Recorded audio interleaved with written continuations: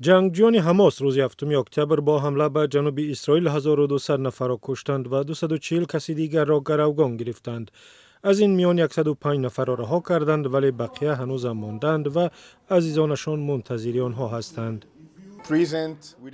در زندان است، به آب و روشنایی و غذا و به یگان شرایط انسانی.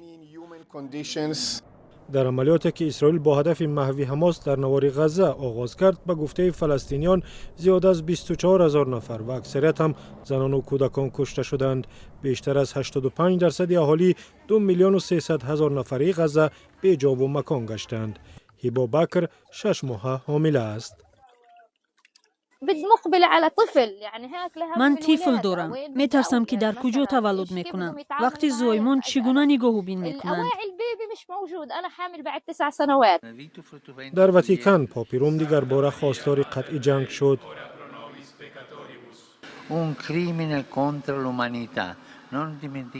خود جنگ جنایت علیه بشریت است. مردم به صلح احتیاج دارد. جهان به صلح احتیاج دارد.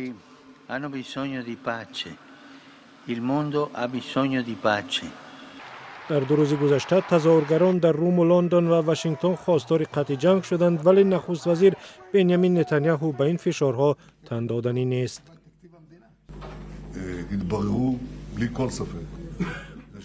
حالا اولین کار خرج جنگ است که به ما امکان دهد امسال آن را تمام کنیم، از جمله با محو حماس و بازگردانیدن گروگان‌های ما.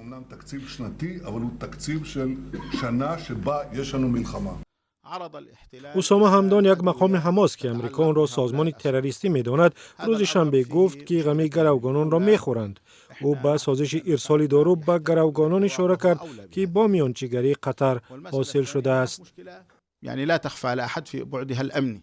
ما آنها را درمان میکنیم با هر دارویی که برای مردم ما میرسد. اینجا از برادران قطری سپاسگزاریم که تشبث نشان داده دارو فرستادند.